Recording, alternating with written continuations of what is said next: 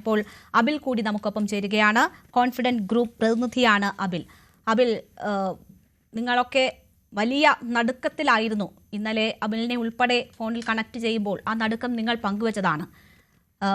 ഇപ്പോൾ ഏറ്റവും ഒടുവിൽ കൂടുതൽ വിവരങ്ങൾ ആ കോർപ്പറേറ്റ് ഓഫീസിൽ എന്ത് സംഭവിച്ചു എന്നതുൾപ്പെടെ നിങ്ങൾ അറിഞ്ഞിരിക്കുമല്ലോ.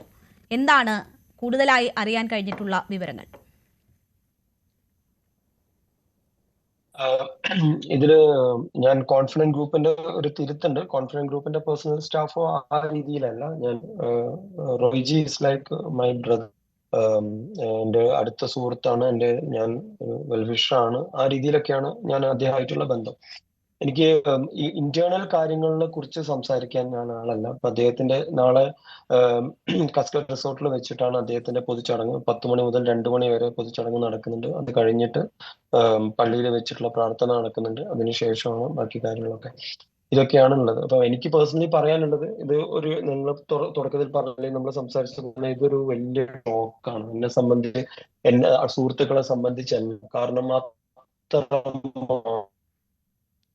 10-12 വർഷമായിട്ട് അദ്ദേഹത്തിന് അടുത്തറിയാം. ഒരു ബ്രദറിലി ഒരു അടുപ്പമുണ്ട്.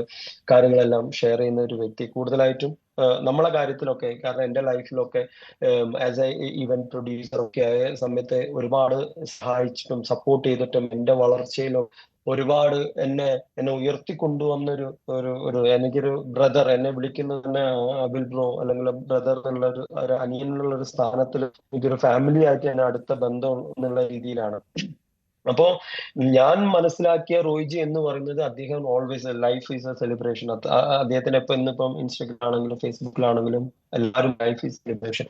ആ രീതിയിൽ പോകുന്ന, എപ്പോഴും ചിരിച്ചുകൊണ്ടിരിക്കുന്ന, വളരെ സിസ്റ്റമാറ്റിക് ആയിട്ട് കാര്യങ്ങൾ നോക്കുന്ന, ലൈഫ് ഒരു ടൈം ടേബിൾ സിസ്റ്റത്തിൽ നിൽക്കുന്ന, അത് ആരോഗ്യപരമായിട്ടാണെങ്കിലും അദ്ദേഹത്തിന്റെ ലൈഫിന്റെ പ്രൊഫഷണൽ ആയിട്ടുള്ള കാര്യങ്ങളാണെങ്കിലും ഈവൻ ടൈമിംഗ് ആണെങ്കിലും എല്ലാ രീതിയിലും അദ്ദേഹം ചെയ്തുകൊണ്ടിരിക്കുന്ന ഒരു സിസ്റ്റം ഉണ്ട്.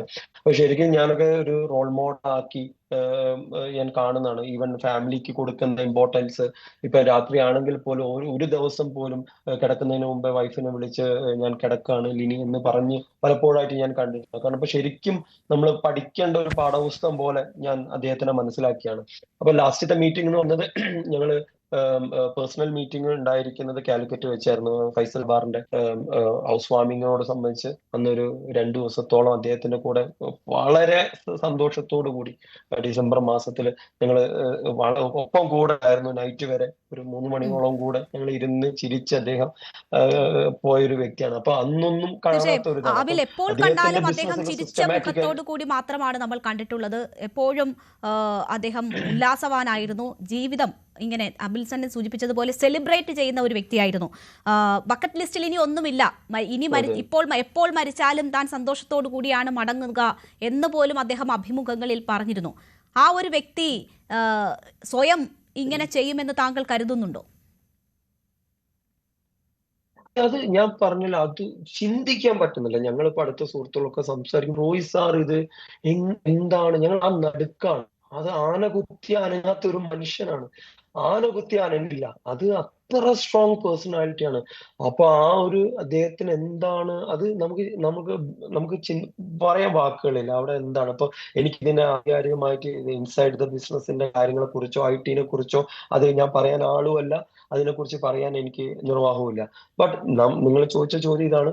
ഞാൻ മനസ്സിലാക്കിയ, ഞങ്ങളുടെ അടുത്ത സുഹൃത്തുക്കൾ മനസ്സിലാക്കിയ ഒരാളും അദ്ദേഹം ഇങ്ങനെ ചെയ്യും എന്നുള്ളത് ഞങ്ങൾക്ക് വിശ്വസിക്കാൻ പറ്റില്ല. അപ്പൊ ആ രീതിയിൽ എന്താണ് അദ്ദേഹത്തിന്റെ മനസ്സിന് എന്താണ് മുറിവേറ്റുന്നു.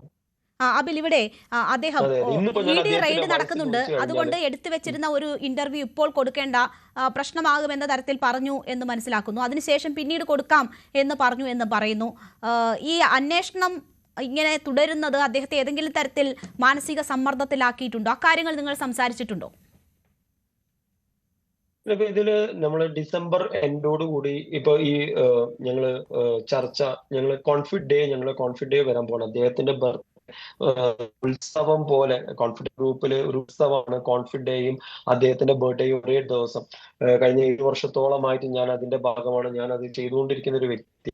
അപ്പൊ ഓരോ വർഷവും അത് മത്സരിച്ച് ഞങ്ങൾ നടത്തിക്കൊണ്ടിരിക്കുന്ന ഒരു പ്രോഗ്രാം പോലെയാണ് കോൺഫിഡൻസ് കേരള ടീമും അല്ലെങ്കിൽ ബാംഗ്ലൂർ ടീമും. അപ്പൊ ഇവന്റ് വരുന്ന സമയത്ത് ഞാൻ അതിന്റെ അവിഭാജ്യ ഘടകമായിട്ട് ഉണ്ടാവാറുള്ളതാണ്. അപ്പൊ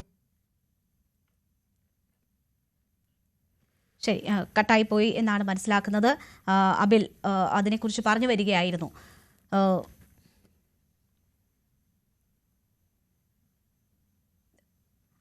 അബിലുണ്ടോ?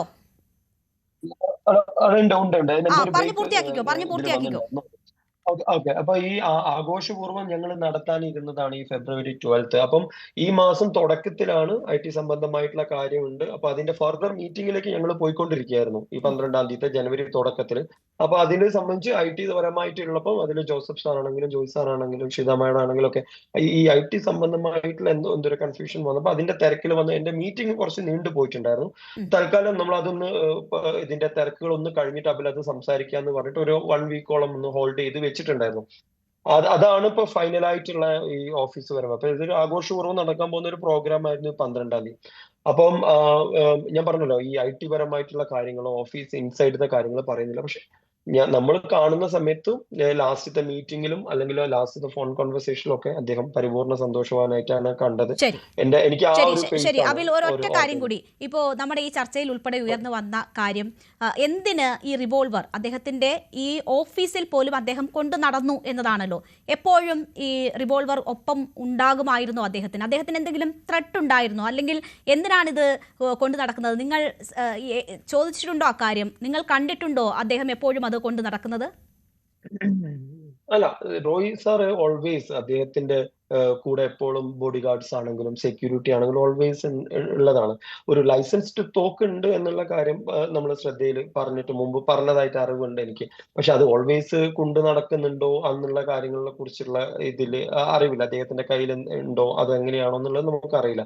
പക്ഷെ സെക്യൂരിറ്റി എപ്പോഴും ഉണ്ട് അദ്ദേഹത്തിന്. എപ്പോഴും ബോഡി ഗാർഡ്സും സെക്യൂരിറ്റി അദ്ദേഹത്തിന്റെ കൂടെ ഉണ്ടാവും. അത് എനിക്കറിയാവുന്നതാണ്. ഒറ്റ കാര്യം കൂടി അബിൽ, ഒറ്റ കാര്യം കൂടി, ഈ വിദേശത്തെ ബിസിനസ്സാണ് ഇപ്പോൾ വലിയ സംശയത്തിനിടയാക്കിയിട്ടുള്ളത്. വിദേശത്തെ ബിസിനസ്സുമായി ബന്ധപ്പെട്ടുള്ള അന്വേഷണങ്ങളാണ് നടക്കുന്നത് എന്നതാണ് മനസ്സിലാകുന്നത്. അതിനെക്കുറിച്ച് എന്തെങ്കിലും സംസാരിച്ചിട്ടുണ്ടോ അദ്ദേഹത്തിന്റെ ബിസിനസ് ഇപ്പോൾ മെയിൻലി ഗൾഫ് രാഷ്ട്രങ്ങളുമായി ബന്ധപ്പെട്ടാണോ ഉള്ളത്? ഇതില് 2024 എനിക്ക് അവിടെ ഒരു ഇവന്റ് ഞങ്ങൾ ഓർഗനൈസ് ചെയ്തിട്ടുണ്ടായിരുന്നിട്ട് 2024 കോൺഫിഡന്റ് ഗ്രൂപ്പിന്റെ ദുബായ് ഡിവിഷൻ അദ്ദേഹത്തിന്റെ മകൻ രോഹിത് റോയ് ആയിരുന്നു അത് ലീഡ് ചെയ്തിട്ടുണ്ടായിരുന്നു. ഒരു ഇവന്റ് ഗംഭീരമായിട്ട് നടത്തിയിട്ടുണ്ടായിരുന്നു. 2024 മാർച്ചോട് കൂടിയാണ് മിഡോട് കൂടിയാണ് അത് 5-ാം തീയതി മാർച്ച് 5 അതാണ് ഇതില് അവിടേക്ക് വ്യാപിച്ചിരുന്നു. ഞാൻ പറഞ്ഞല്ലോ എനിക്ക് പേഴ്സണലി അദ്ദേഹത്തിനെ കുറിച്ച് പറയാൻ ബിസിനസ് പരമായിട്ട് സംസാരിക്കാൻ ഞാൻ ആളല്ല. ഞാൻ അവരുടെ ഇൻസൈഡ് കാര്യങ്ങൾ എന്നെ കുറിച്ച് അറിയില്ല. IT സംബന്ധമായിട്ടുള്ള കാര്യം കുറിച്ച് അറിയത്തില്ല. ഞാൻ മനസ്സിലാക്കിയ റോയിജ് എന്ന് പറയുന്ന വ്യക്തി വളരെ സ്ട്രേറ്റ് ഫോർവേഡ് ആയിട്ടുള്ള വളരെ ഇന്നിപ്പോ അദ്ദേഹത്തിന്റെ പ്രായം ഞാൻ ചോദിച്ചു കഴിഞ്ഞാൽ എന്നെക്കാളും ഇളയതാണ്. ഒരു 25 വയസ്സാകാൻ ആ ചുരുക്കമുള്ള ഒരു വ്യക്തിയാണ്. ഇന്നും ക്രിക്കറ്റ് കളിക്കുകയാണെങ്കിൽ തന്നെ 3 മണിക്കൂർ കളിക്കുന്ന ഒരു വ്യക്തി. അത്രയും ഹെൽത്തിലും മെന്റലിയും സ്ട്രോങ് ആയിട്ടുള്ള ഒരു പേഴ്സണാലിറ്റി എന്നുള്ള രീതിയിൽ മാത്രമാണ് എനിക്ക് അദ്ദേഹത്തിനെ കുറിച്ച് പറയുന്നത്. ശരി, വളരെ നന്ദി അബിൽ ഈ അവസരത്തിൽ ഞങ്ങളോട് ചേർന്നതിന്. അജിത്ത്, നോക്കൂ, ഇവിടിപ്പോ കൂടുതൽ വാർത്തകൾക്ക് News 18 Keralam YouTube channel subscribe ചെയ്യുക.